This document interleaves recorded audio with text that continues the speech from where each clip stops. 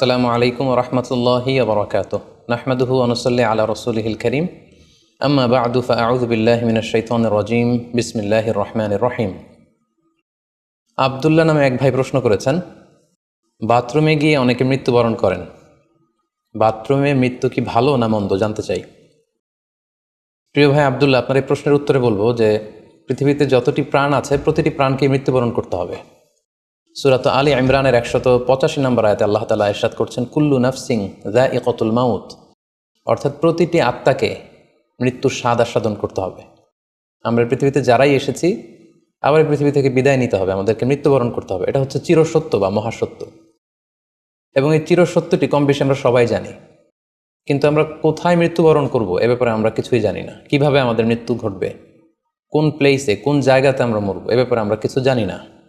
এবং সে ব্যাপারে সূরাতুল লুকমানের 34 নম্বর আয়াতে আল্লাহ তাআলা ইরশাদ করছেন, ওয়ামা তাদরি নাফসুম বিআইয়ি আরদিন তামুত ইন্নাল্লাহা আলিমুন খাবীর, অর্থাৎ কোনো মানুষই জানে না, কোনো প্রাণী জানে না যে সে কোন প্লেসে কোন জায়গায় মৃত্যুবরণ করবে।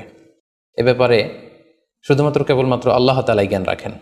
ইন্নাল্লাহা আলিমুন খাবীর, তিনি মহাজ্ঞানী এবং সব ব্যাপারে তিনি খবর রাখেন। তাহলে কোরআনের এই দুটি আয়াতের মাধ্যমে আমরা জানতে পারলাম যে আমরা প্রত্যেকেই মৃত্যু স্বাদ আস্বাদন করতে যাচ্ছি, আমরা মরবো এটা নিশ্চিত, কিন্তু কোথায় মরবো, কোন জায়গায় আমাদের মৃত্যু ঘটবে, সংঘটিত হবে, এই ব্যাপারে আমরা কিছুই জানি না। এবার যদি আমরা সরাসরি প্রসঙ্গে আসি, সেটা হচ্ছে বাথরুমে গিয়ে যদি কেউ মৃত্যুবরণ করে, হ্যাঁ সেটা হতে পারে, বাথরুমেও কেউ মৃত্যুবরণ করতে পারে। এবং অনেক সময় আমরা শুনেছি যে বাথরুমে অনেকে ইন্তেকাল করেছেন, মৃত্যুবরণ করেছেন। এখন এই বাথরুমে মৃত্যুবরণ করা এটা ভালো কি মন্দ, এটা তিনি জানতে চেয়েছেন। আসলে বাথরুমের ভেতরে কেউ মৃত্যুবরণ করলে এটা ভালো মৃত্যু নাকি খারাপ মৃত্যু, এ ব্যাপারে কোনো হুকুম দেওয়ার বা ডিসিশন দেওয়ার সুযোগ আসলে আমাদের নেই, কেননা এ ব্যাপারে ইসলাম আমাদেরকে কিছু জানায়নি। কারণ নিছক বাথরুমের ভেতর মৃত্যু যদি হয় তাহলে এটা খারাপ মৃত্যু বা খারাপ সাইন, সে জাহান্নামে যাবে, এরকম কথা বলার কোনো সুযোগ নেই।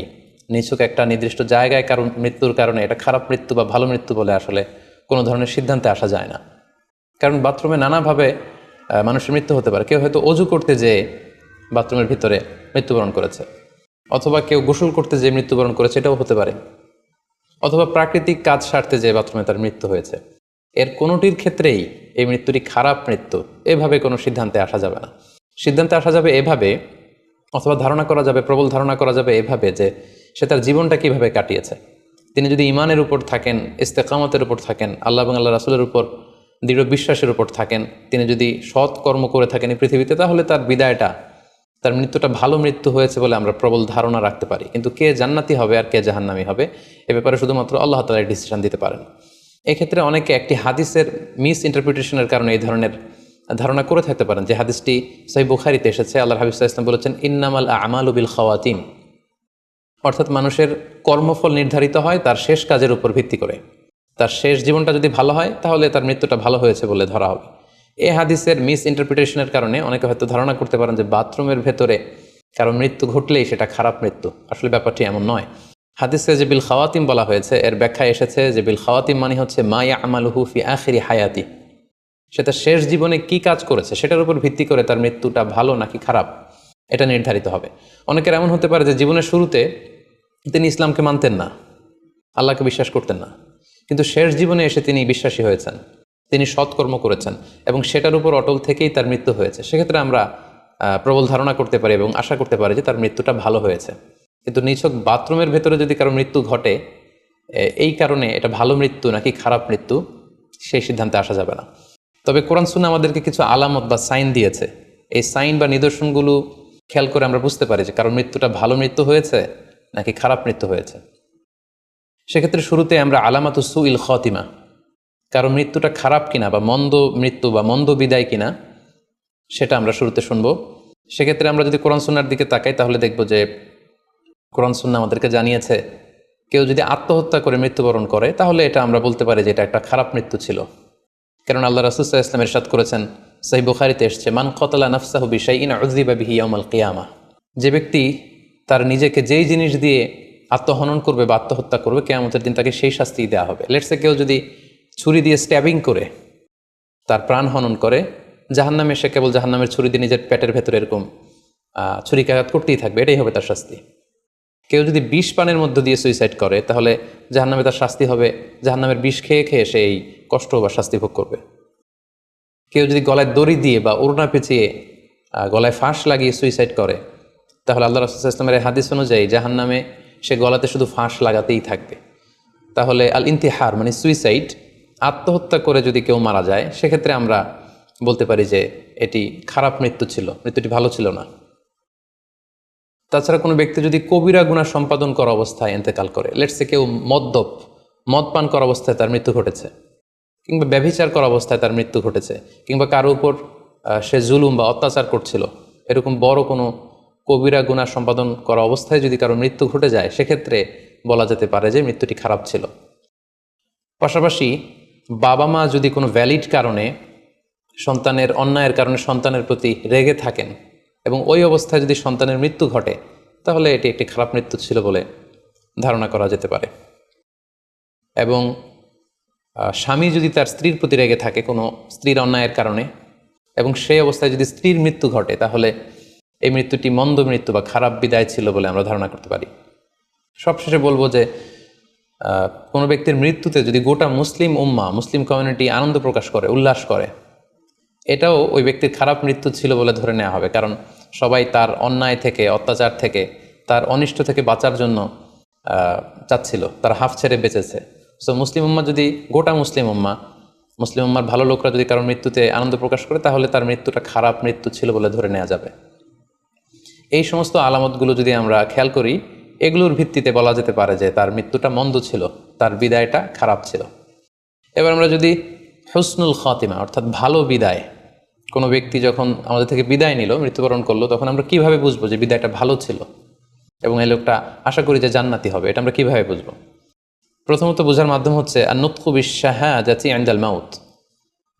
মৃত্যুর সময় যদি কেউ আল্লাহর জিকির করা অবস্থায়, আল্লাহকে স্মরণ করা অবস্থায় কিংবা শাহাদাত বাণী পাঠ করে যদি মৃত্যুবরণ করতে পারে তাহলে আশা করা যায় যে এই মৃত্যুটা খুব ভালো মৃত্যু হয়েছে। কারণ আল্লাহ রাসূল সাল্লাল্লাহু আলাইহি ওয়াসাল্লাম সুনানে আবু দাউদের এক বর্ণনায় ইরশাদ করেছেন, মান কানা আখিরু কালামিহি লা ইলাহা ইল্লাল্লাহ, যে ব্যক্তির শেষ বাক্য হবে লা ইলাহা ইল্লাল্লাহ এবং এই কালিমাতুত তাইয়্যিবা, এটা পরে যদি কেউ শেষ নিঃশ্বাস ত্যাগ করতে পারে তাহলে সে জান্নাতে প্রবেশ করবে বলে আল্লাহ রাসূল সাল্লাল্লাহু আলাইহি ওয়াসাল্লাম আমাদেরকে সুসংবাদ দিয়েছেন। তাহলে মৃত্যুর আগে কালিমা পরে মরতে পারা এটা একটা সৌভাগ্যের বিষয় এবং এটা একটা ভালো সাইন। পাশাপাশি বিশ্বাসী ব্যক্তিরা, ইমানদাররা যখন মৃত্যুবরণ করে তখন তাদের কপাল ঘেমে যায়, অর্থাৎ মৃত্যুর পরে মৃত ব্যক্তির কপালে হাত দিয়ে যদি আমরা দেখতে পাই যে কপাল ঘেমে আছে, সোয়েটিং, প্রচণ্ড ঘামছে, এটা দেখেও আন্দাজ করা যেতে পারে বা ধারণা করা যেতে পারে যে মৃত্যুটা ভালো হয়েছে। কেননা সুনানে তিরমিজির বর্ণনায় আল্লাহ রাসূল সাল্লাল্লাহু আলাইহি ওয়াসাল্লাম ইরশাদ করেছেন, আল মুমিনু ইয়ামুতু বিআরাকিল জাবিন, বিশ্বাসীরা যখন মারা যায় তখন তাদের কপাল ঘেমে যায়। সো অনেক আল্লাহওয়ালা ভালো মানুষের মৃত্যুর পরে আমরা এটা দেখেছি বা শুনেছি যে ইন্তেকালের পরে তাদের কপাল ঘেমেছিল এবং সেটা দেখে কিন্তু বোঝা যাবে যে মৃত্যুটা ভালো ছিল। পাশাপাশি জুমার রাতে যদি কেউ ইন্তেকাল করে, বৃহস্পতিবার দিবাগত রাতে, নিঃসন্দেহে সেক্ষেত্রে লোকটার ইমানদার হতে হবে, সৎ ব্যক্তি হতে হবে। সেক্ষেত্রে এটা একটা ভ্যালিউ অ্যাড করবে যে জুমার রাতে সে ইন্তেকাল করেছিল। রমাদান মাসে যদি কেউ ইন্তেকাল করে এটা একটা খুশনসিব তার জন্য। পাশাপাশি হজের সফরে যদি কেউ, হজের যে দীর্ঘ সফর, এই সফরে যদি কেউ ইন্তেকাল করে এটা একটা ভালো মৃত্যু বলে ধর্তব্য হবে। পাশাপাশি কেউ যদি জিহাদের ময়দানে শহীদ হওয়ার সৌভাগ্য লাভ করে, নিঃসন্দেহে এটা সবচেয়ে শ্রেষ্ঠ মৃত্যু। আল্লাহ তাআলার কাছে সবচেয়ে শ্রেষ্ঠ মৃত্যু হচ্ছে শাহাদাতের মৃত্যু, এবং শহীদের দেহ থেকে গড়ে গড়ে পড়া, মাটিতে পড়া যে রক্তের ফোঁটা, এই ফোঁটাটা আল্লাহ তাআলার কাছে খুব প্রিয়। সো নিঃসন্দেহে শাহাদাতের মৃত্যু এটা পৃথিবীর শ্রেষ্ঠতম মৃত্যু। এবং সৎ কাজ করা অবস্থায়, কোনো আমলে সলেহ ভালো কাজ করা অবস্থায় যদি কারো মৃত্যু ঘটে, লেটসে কেউ তেলাওয়াত করছিল, হি ওয়াজ রিসাইটিং দ্য হোলি কোরআন, ওই অবস্থায় তার মৃত্যু হয়েছে, কিংবা রোজা মুখে ছিল, সে অবস্থায় তার মৃত্যু হয়েছে, অথবা সেজদায় পড়েছিল, সেজদারত অবস্থায় তার মৃত্যু ঘটেছে। এগুলো হুসনুল খাতিমা অর্থাৎ ভালো বিদায় বা ভালো মৃত্যুর আলামত।